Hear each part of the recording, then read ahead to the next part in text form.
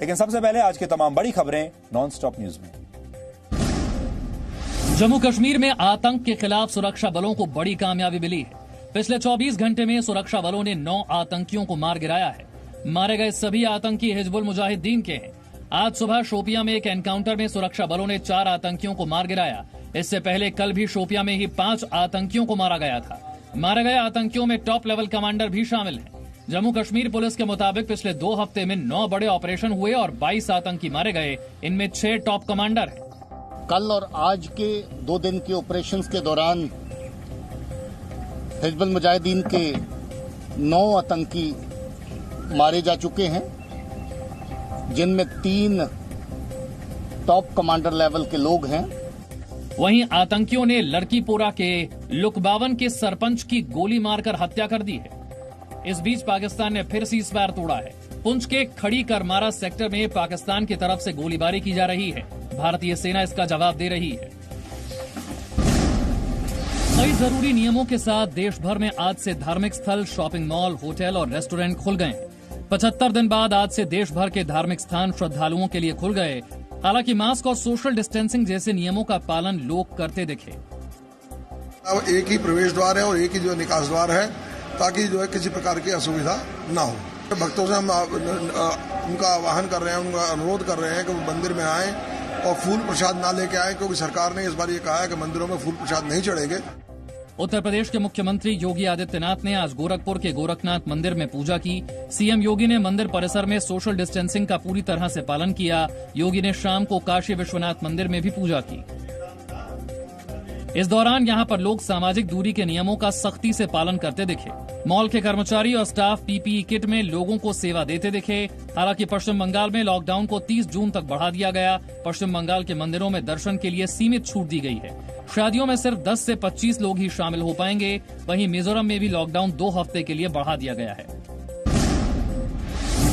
दिल्ली के उपराज्यपाल अनिल बैजल ने दिल्ली सरकार के उस फैसले को बदल दिया है जिसमें यह कहा गया था कि राजधानी के अस्पतालों में केवल दिल्ली वालों का ही इलाज होगा। उपराज्यपाल ने अधिकारियों को आदेश दिया कि वो इस बात को सुनिश्चित करें कि किसी भी मरीज को स्वास्थ्य सेवाएं देने से इस आधार पर मना नहीं किया जा सकता क्योंकि वो दिल्ली के निवासी नहीं है। उपराज्यपाल के आदेश पर दिल्ली के मुख्यमंत्री अरविंद केजरीवाल ने ट्वीट किया है। एलजी के आदेश ने दिल्ली के लोगों के लिए बहुत बड़ी समस्या और चुनौती पैदा कर दी है। देश भर से आने वाले लोगों के लिए कोरोना महामारी के दौरान इलाज का इंतजाम करना बड़ी चुनौती है। शायद भगवान की मर्जी है कि हम पूरे देश के लोगों की सेवा करें। हम सबके इलाज का इंतजाम करने की कोशिश करेंगे।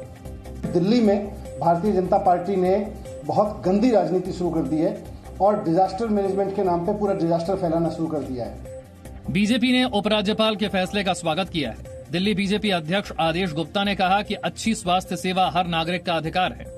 आज जो माननीय उपराज्यपाल महोदय ने दिल्ली सरकार के फैसलों को निरस्त किया है, उसका हम स्वागत करते हैं। मैं मुख्यमंत्री साहब से अपील करना चाहता हूं कि वो धरातल पर काम करें, लोगों का इलाज हो, जिससे कि लोगों के अंदर जो डर और भय का माहौल खत्म हो सके। उपराज्यपाल ने दिल्ली सरकार के एक और आदेश को बदलते हुए बिना लक्षण वाले कोरोना मरीजों की जांच फिर से शुरू करने के आदेश दिए हैं। इसके लिए उपराज्यपाल ने आईसीएमआर के दिशा निर्देश का हवाला दिया है। चीन से सीमा विवाद पर रक्षा मंत्री राजनाथ सिंह ने कहा कि चीन के साथ मिलिट्री और कूटनीतिक स्तर पर बातचीत सकारात्मक दिशा में है। रक्षा मंत्री ने कहा कि भारत किसी भी देश के मान सम्मान और स्वाभिमान को न चोट पहुंचाता है और न ही चोट बर्दाश्त करता है। हम किसी के सम्मान और स्वाभिमान पर न चोट पहुंचाने की कभी कोशिश करते हैं और न हम अपने मान सम्मान और स्वाभिमान पर चोट बर्दाश्त कर सकते हैं। यह हमारे भारत का चरित्र है। भारत में चीन के राजदूत सन वेडोंग ने भी चीन के विदेश मंत्रालय के बयान की जानकारी देते हुए सीमा पर स्थिति को स्थिर बताया। सीमा क्षेत्रों में स्थिति स्थिर और नियंत्रण में है। चीन और भारत में बातचीत और परामर्श के माध्यम से प्रासंगिक मुद्दों को ठीक से हल करने की क्षमता और इच्छा है। इससे पहले कांग्रेस नेता राहुल गांधी ने गृह मंत्री अमित शाह के बयान को ट्वीट करते हुए चीन विवाद पर सवाल उठाए। सबको मालूम है सीमा की हकीकत, लेकिन दिल के खुश रखने को शायद ये ख्याल अच्छा है। रक्षा मंत्री ने कहा कि सीमा विवाद पर देश को संसद में जानकारी देंगे। राजनाथ ने कांग्रेस को राजनीति न करने की नसीहत देते हुए राहुल गांधी को शायरी से ही जवाब दिया। मैं उसका जवाब देना चाहूंगा। राहुल जी, हाथ में दर्द हो तो दवा कीजिए। यदि हाथ ही जब दर्द हो तो क्या कीजिए? हाथ में दर्द हो तो दवा कीजिए, यदि हाथ ही जब दर्द हो तो क्या कीजिए? केंद्रीय गृह मंत्री अमित शाह ने आतंकियों की घुसपैठ को लेकर चेतावनी दी है। वीडियो कॉन्फ्रेंसिंग के जरिए ओडिशा जनसंवाद रैली को संबोधित करते हुए अमित शाह ने कहा कि सीमा पर घुसपैठ बच्चों का खेल नहीं है और इसका कड़ा जवाब दिया जाता रहेगा। हमारे समय में भी हमले हुए, उरी पर हुआ, पुलवामा में हुआ। जैसे ही उरी और पुलवामा में हमला हुआ, मोदी जी ने तनिक मात्र भी देर नहीं की, एयर स्ट्राइक और सर्जिकल स्ट्राइक कर पाकिस्तान के घर में घुसकर दंडित करने का। गृह मंत्री अमित शाह ने पुलवामा और उरी हमले का जिक्र करते हुए कहा कि प्रधानमंत्री मोदी पुराने प्रधानमंत्रियों की तरह चुप बैठने वाले नहीं हैं। उन्होंने कहा कि एयर स्ट्राइक और सर्जिकल स्ट्राइक कर पाकिस्तान को घर में घुसकर दंडित किया। गरीबी हटाओ का नारा देने वाली कांग्रेस पार्टी सिर्फ नारा के आधार पर जीती थी। परंपरागत वंशवाद की राजनीति करना, भ्रष्टाचार की राजनीति करना, जातिवाद की राजनीति करना, ये कांग्रेस पार्टी की खासियत रही। गृह मंत्री अमित शाह ने कांग्रेस पर परिवारवाद और तुष्टीकरण का आरोप लगाया। केरल के पलक्कड़ में हथिनी विनायकी की हत्या के मामले में राष्ट्रीय हरित अधिकरण यानी एनजीटी ने मामले पर खुद कार्रवाई की है। एनजीटी ने विनायकी की हत्या के मामले में केस दर्ज किया है। जस्टिस के रामाकृष्णन की पीठ ने केंद्र सरकार और केरल सरकार को नोटिस भेजा है। एनजीटी ने एक जांच कमेटी भी बनाई है जिससे 10 जुलाई तक रिपोर्ट मांगी गई है। एनजीटी ने अपने आदेश में कहा है कि भविष्य में ऐसी घटनाएं रोकी जा सकें और एक दीर्घकालिक योजना तैयार हो ताकि जंगलों में इंसान और जानवरों के बीच संघर्ष रुके। विनायकी की हत्या पर सेना के रिटायर्ड मेजर और जीव अधिकार कार्यकर्ता रवि ने बड़ा खुलासा किया है। उन्होंने कहा कि सब कुछ सुनियोजित तरीके से किया गया है।